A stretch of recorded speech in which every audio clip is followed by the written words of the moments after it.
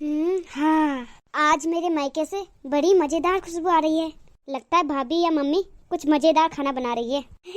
चलो जाके देखती हूँ और लगे हाथ खा के भी आ जाऊंगी।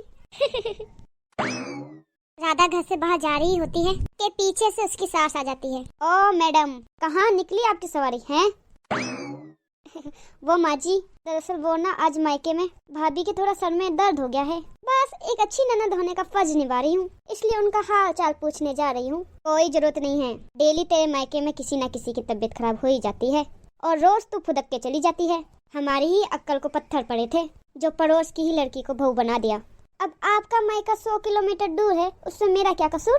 आपका खाना बना दिया है और आटा भी गूंद दिया है, गर्मा गर्म रोटी बनाकर खा लेना ना। ये राधा की बच्ची जब देखो मायके भाग जाती है। इसका मायका 2 मिनट की दूरी में है, इसलिए जब मन करे तब भाग जाती है। हाय रे फूटी किस्मत मेरी।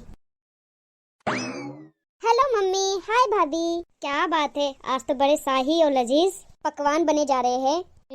कोई दावत सावत है क्या आज हमारे घर पर? खुशबू आई नहीं, चली आई महारानी चींटियों की तरह सूंघते हुए। अरे बेटा, तेरे भाई का प्रमोशन हो गया है, इसी खुशी में उसका मनपसंद खाना बना रहे हैं। बस आ जाती तू भी, दामाद जी, समधी और समधन को भी न्योता दे दे। मम्मी जी, हमें थोड़ी ना पता था कि ये सब आएंगे। मैंने तो वैसे भी खाना कम ही बनाया है। क्या भाभी, अब आपको ये तो पता है कि मेरा ससुराल पड़ोस में ही है और आपको तो मैंने कह के रखा है ना कि मेरे 2 एक्स्ट्रा रोटी बना के रख दिया करो। मुझे मम्मी की हाथ की बनी हुई सब्जियां कितनी पसंद है। आई बड़ी महारानी। ऐसी राधा आधे दिन अपने मायके में और आधे दिन अपने ससुराल में गुजारती। अरे राधा, ये क्या? ये रोटियां तो आधी कच्ची है और मेरी रोटियां तो कुछ ज्यादा ही एक्स्ट्रा पक गई है, जो जल गया है। कोयले से भी काला हो गया ये तो। होएगा भी क्यों नहीं, ये करम जली सुबह सारा काम ऐसे ही फटाफट जल्दबाजी में निपटाती है और फिर अपने मायके भाग जाती है। इससे क्या फर्क पड़ता है? सास को कहीं चक्कर आ गए दिन दहाड़े, तब कौन आएगा बचाने? ओ कमोन माँ जी, चक्कर वो भी आपको। दिन भर हर आधे घंटे में आप कुछ ना कुछ खाती रहती हो और फिर भी मुझे ताने कस रही हो। Very bad. अरे तू कौन सी वेरी गुड है? हैं? आई बड़ी। वही मायके में रमेश, तुम ना तुम्हारी प्यारी बहन को समझा के रखा करो। अरे तीज त्योहार, रक्षाबंधन, दीपावली, इन सब त्योहार में अपने मायके आए तो अच्छा लगता है, लेकिन ये मैडम, ये तो रोज ही चली आती है। मुंह उठाए। बहू, ये क्या बोल रही है तू? जरा सोचो मम्मी जी, अगर मैं भी रोज इस तरह मायके जाऊं तो आपको ये सही लगेगा? नहीं ना? फिर वर्षा सही कह रही है मम्मी, जरा इस बात पर गौर फरमाइए। हाँ बेटा, मुझे पता है। उस दिन औरतें भी सब्जी वाले के यहाँ गप्पे लड़ाते हुए बातें बना रही थी कि राधा तो दिन भर सिर्फ अपने मायके में ही रहती है, ससुराल तो बस नाम का है। आज उसे आने दो, मीठे बोल और प्यार से समझाऊंगी, समझ जाएगी वो। फिर राधा मायके आती है तो।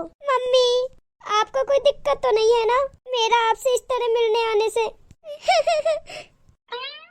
देख, सावित्री का मन ममता के मोहन में आ जाता है। अब ना बेटी ना, तू ऐसा क्यों सोच रही है और तेरी आंखें नम क्यों है और तू क्यों रो रही है बेटा? समधन जी ने कुछ कहा क्या? ओ ये मम्मी जी भी ना, उन्होंने एक आंसू गिराया नहीं कि पिघल गई। नहीं मम्मी, किसी ने कुछ नहीं कहा, बस आज आपकी बहुत याद आ गई। रोज आपसे मिलती ही हूँ, लेकिन आज पता नहीं क्या हुआ। और इसी के साथ सावित्री अपनी बेटी को कुछ नहीं बोल पाती। अब राधा का मायके में आना जाना इतना बढ़ जाता है कि वो मायके के फैसलों में भी दखल अंदाजी देने लगती है। एक दिन राधा की सास उसके मायके आती है। अगर इतना ही परेशान हो तो उसको घर के अंदर आने ही क्यों देते हो? वो एक पाँव अपने मायके की नाव में रखती है और दूसरा पाँव ससुराल की नाव में। अगर एक नाव हटा दे तो ना चाहते हुए भी उसे दोनों पाँव एक ही नाव में रखने पड़ेंगे। हाँ आंटी जी, आप एकदम सही बात कर रही हो, लेकिन समधन जी, क्या आप आपकी बेटी के मुंह पे दरवाजा लगा पाती क्या? देखिए, मुझे ये सब नहीं पता। अब आपकी बेटी का पूरा संसार उसके ससुराल में बस चुका है। उसे ससुराल में ध्यान देना चाहिए, ना कि मायके में। इसलिए अब आप ही हो जो उसको यहाँ आने में रोक टोक आपको ही लगानी पड़ेगी।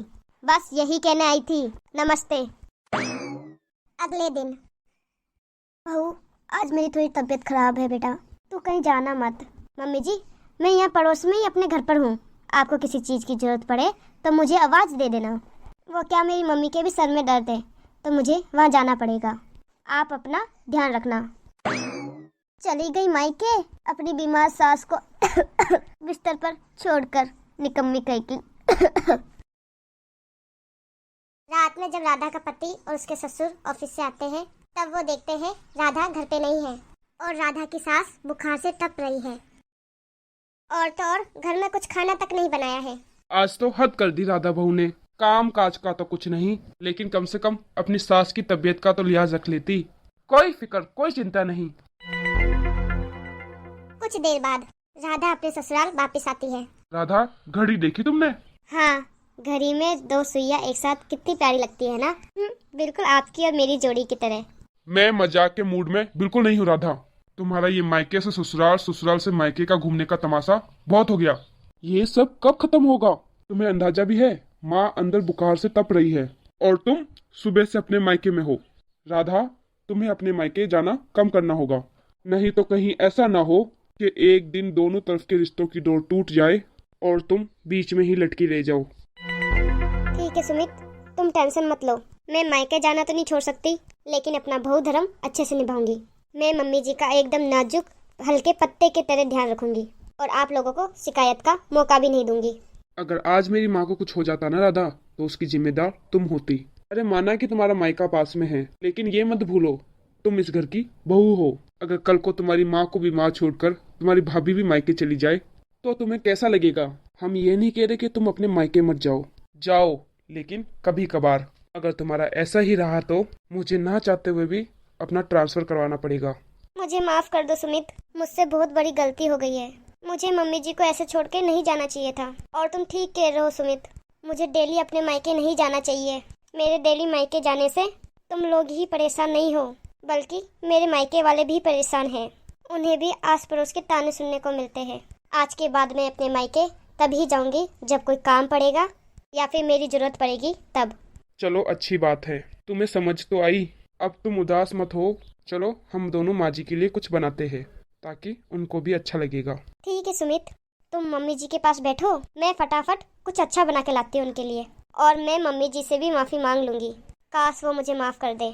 मेरी माँ बहुत अच्छी है राधा, वो तुम्हें माफ कर देगी। ऐसे ही राधा ने मायका जाना कम कर दिया और उसकी सास ने भी उसे माफ कर दिया। इसी तरह दोनों परिवार खुशहाली से रहने लगे। धन्यवाद। अगर आपको हमारी वीडियो अच्छी लगी हो तो लाइक, कमेंट और शेयर जरूर कर दीजिए। और ऐसी अच्छी वीडियो देखने के लिए चैनल को सब्सक्राइब करना ना भूलिए। और हमारी वीडियो को पर्सनली ना ले, ये वीडियो सिर्फ आप लोगों के एंजॉय के लिए है, किसी का दिल दुखाने के लिए नहीं। Thank you.